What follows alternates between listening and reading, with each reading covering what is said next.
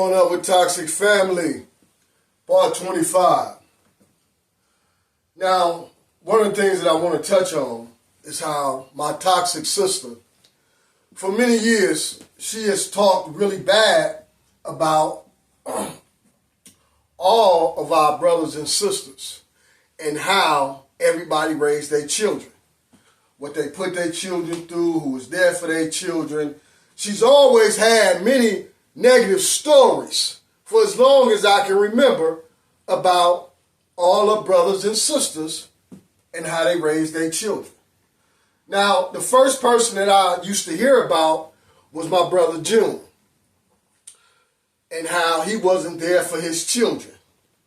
Now, the problem is with everybody and all her stories is that she was never around any of them like that on a regular basis.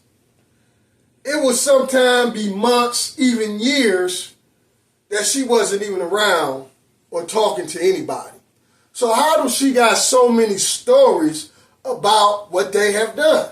Once again, like every other story, it's mostly made up. Now,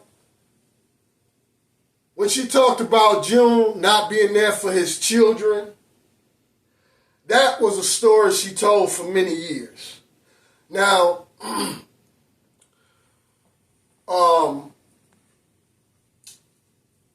with June's last 3 children, she hadn't talked to June for about 12 years before he passed away. So that just gives you an example of how much she was around him. Even when she was talking to him, it was times when she didn't see him. Again, months and years at a time. So how does she know anything about him? Now, one of the stories that she's told about him and his children, excuse me, she said when the last 3 children that he had, his 3 youngest, when they was little children, she got this fascinating story of how June and his wife, Marion, was doing so bad that they 3 children had to share 1 pair of shoes. Now, I don't know how that's even possible, but just to hear her say this and tell this story on numerous occasions to people out here, she can't even stop and think that this don't even sound right. It ain't even possible. You think about it. I remember in the 70s hearing about families who was going through a rough time. And what they used to do, they had what was called hand-me-downs. The younger children would get older children clothes. Okay? But you never heard no story about nobody having to share shoes, especially not 3 children, all different ages, 2 boys and a girl. What's happening here? Oh, when it's time to go out to play, one go put the shoes on, go play for an hour, and then they come back, and the other one get to put the shoes on, go play, come back. Is that how it works? You know, when it's time to go to school, you get to go to school every 3 days because you wear the shoes today, go to school. The next day, the next child get to go to school, and the next day, the next child. Is that how it works? See, the story don't even sound right. But this the kind of stuff she'll let come out her mouth. Don't even make sense. Talking about your own brother. See, when June had went to Atlanta, some of his older children were staying there. And so he planned a visit to go down there and visit. My sister out here telling people, them kids don't want nothing to do with him. He wasn't never around them. He ain't raised them.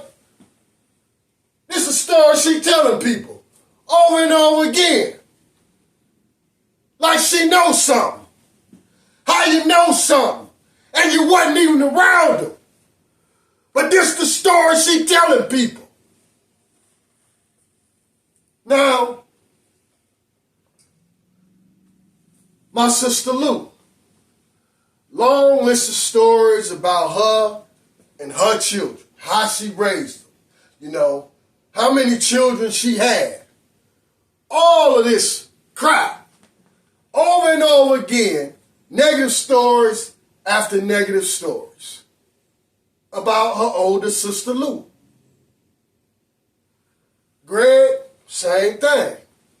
She said Greg wasn't there for his children. Okay. Again, she ain't around nobody, so how she know?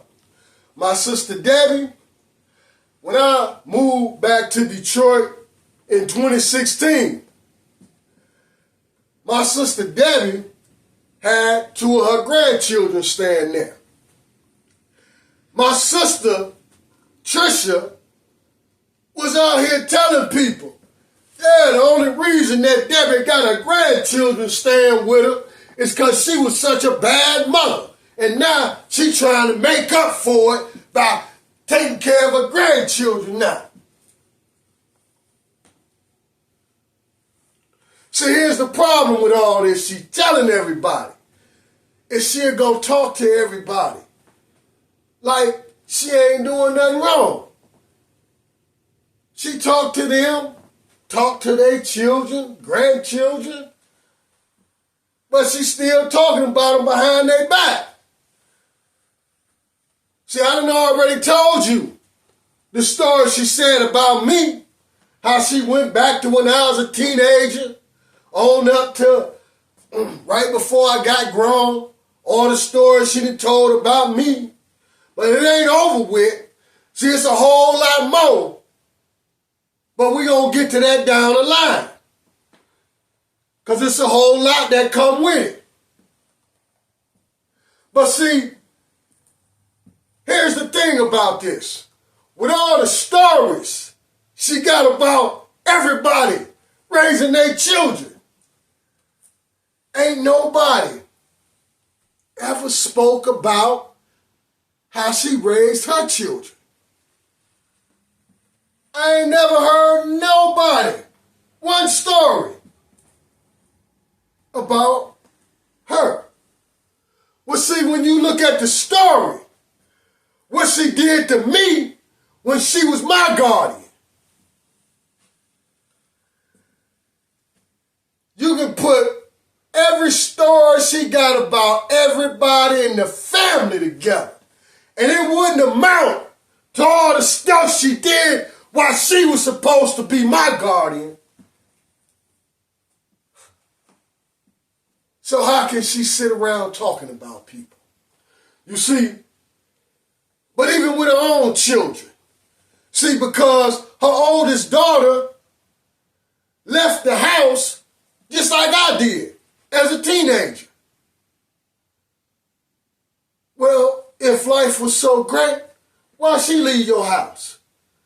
You see, it's one thing for me to leave, but why your daughter leave the house? See, I never even questioned what happened because I felt like it was her business, whatever it was. But see, she was out here telling people that Kiki had boys climbing through a bedroom window, as though that's an excuse for her to be gone out your house. Because it sounds like if it did happen, a normal teenage thing. Whole lot of teenagers snuck people in the house. Little girls snuck in little boys. Little boys snuck in little girls. That's just a teenage thing. But the problem with her story, the same thing she said about Kiki, she was telling family that's what I was doing after I left. Now here's the problem with that. She's saying that my baby mother was sneaking through the window. I'm sneaking her through the window. Now I don't know how that happened. Because see, my baby mother was coming around before my mother passed away. So wasn't no need for her to sneak in the house. But hell, in my mother's house, you couldn't climb in no downstairs window nowhere. And then when I moved to her house with her, I ain't got to sneak nobody in the house because I'm paying rent. And furthermore, we had a baby. So how you gonna sneak through the window with a baby? Like ain't nobody gonna hear the baby whining or crying. See, it's just another story. But see, something else she's told people. She told somebody outside the family that when her daughter became a teenager, she started wearing provocative clothes around the house, enticing her husband. Now you think about that. What kind of mother gonna say something like this about their own child? But she did. Now, when Kiki grew up, she started drinking. She was drinking heavy. She always kept a job. She always drank on the weekend. And over and over again, my sister would be telling people stories about how Kiki is nothing but an alcoholic. She a no good alcoholic. She's a drunk. Constant negative stories about her. Now, at the time, because I'm in Ohio, she's telling me the same thing. But I'm like, wait a minute, because she's saying it so much, I'm feeling sorry for her, because she's talking so bad about her. I'm trying to explain to her, you don't know why the child even drink. You don't know what happened to her when she left your house. You don't know what she's going through now. The cause of the drink heavy. But none of that mattered to her. She ain't nothing but alcoholic. Don't make no sense. But this her daughter. But see, here's the problem. See, she seemed to forget. It ain't been that long ago. She used to drink heavy herself. But you're sitting here with all these negative stories about your own daughter. Tearing her down. When the girl got a job as a waitress, I remember at one point she had moved back to my sister's house. And on a regular basis, she on the phone telling me all these negative stories about her. Constantly. She even talking about the girl waitress job. Even though she making money, but she talking about how she need her a job with some benefits. She need her a real job. That little job ain't nothing. She ain't gonna get no retirement fund from that. And just constant going in, talking about how she dressed, the car she drives, all kind of crap, over and over again. Even one day she told me, she said, yeah, this was after she moved out. She was telling me a story about how much money her child had saved up. And she went on to say, yeah, the only reason she got money saved up because she was on Section 8 for years. Anybody could save money on Section 8. Ain't got no bills to pay. Now this I'm talking. by their own child. Now, it didn't stop there, because the story about her being an alcoholic was being told to everybody for years. But when the child goes from being a waitress to a restaurant owner, she telling people the story. Yeah, Kiki owned a restaurant now. Yeah. But every time she tell the story, she gotta tell them, yeah, the only reason they open is because of all the food I be giving them. Besides that, they wouldn't even be open. Now, here's my thing about it. That's your child. And if this is the case, that's good looking out. But why is it that you gotta tell this to everybody? You tell the story that she got the restaurant. Why? See, you tearing her down. But see, when you really analyze the situation and look at how this child left your house as a teenager, and look at how she ended up, it's really a success story to go through what she went through. Now, I ain't never asked her what happened to her on the street after she left the house, nor did I ever tell her what I went through after I left that house. But one day we talking on the phone, she said, yeah, my mama always talking about me drinking, but she don't know what I had to go through being out here on the streets with nowhere to go.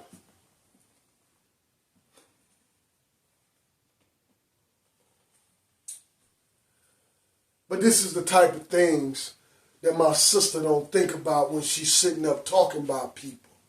Forget about what happened.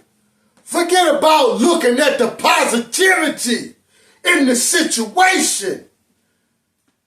It's just about telling a negative story. It's the only thing that matters about your own child.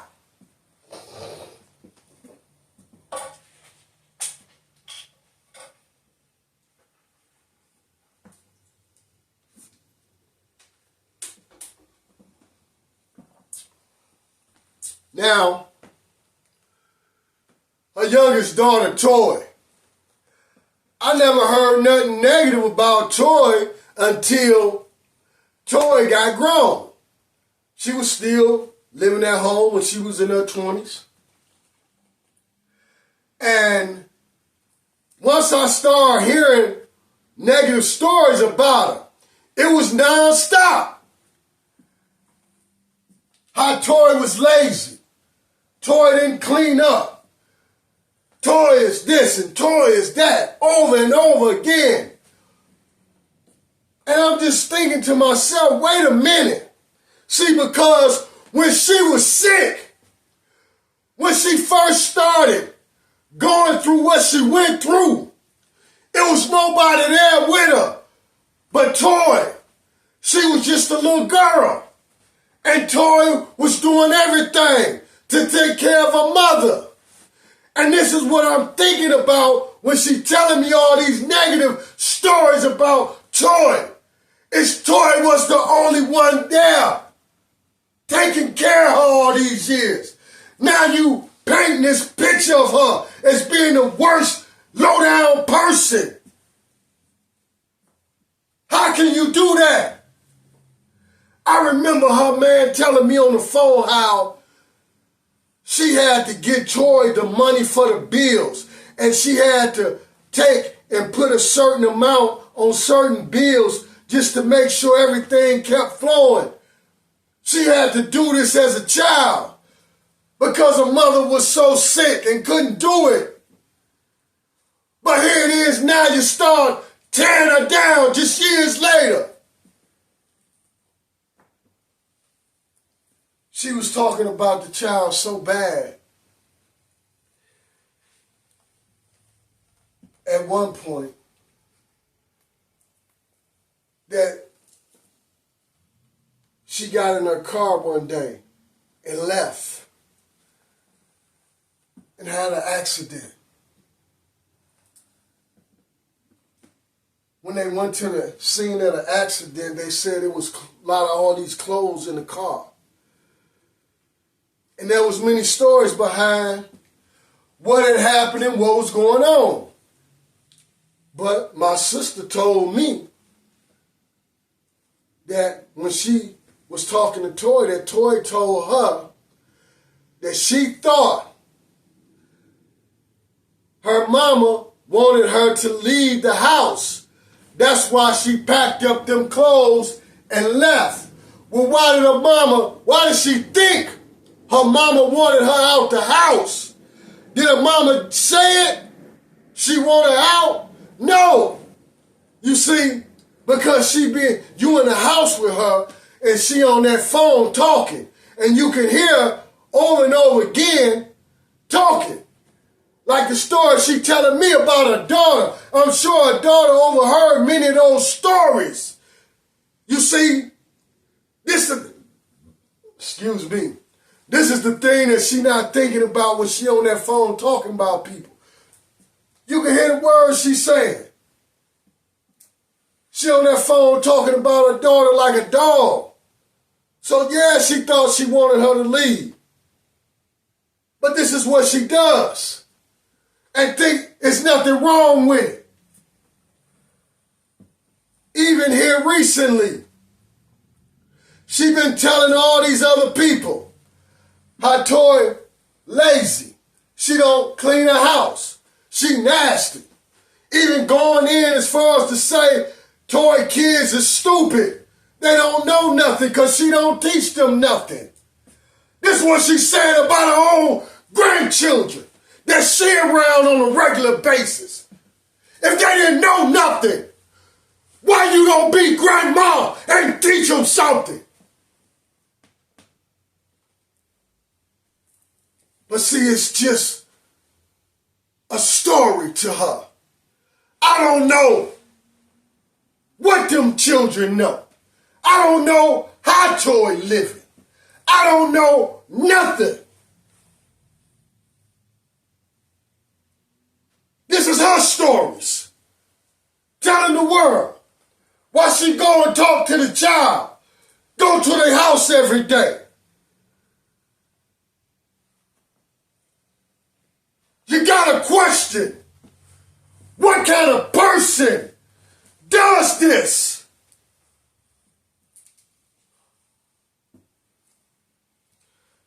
But everybody else is bad parents because of what they've done to their children. Yeah? It sounds really good until we start really analyzing all the things that she's done. Like I said, the stuff she done from 1983 to 1987, 88, it overrides any and everything that everybody has done. She got everybody beat. But this is what toxic people do. They gotta tell stories about everybody else and make them look bad because they know the things that they have done in life is so much worse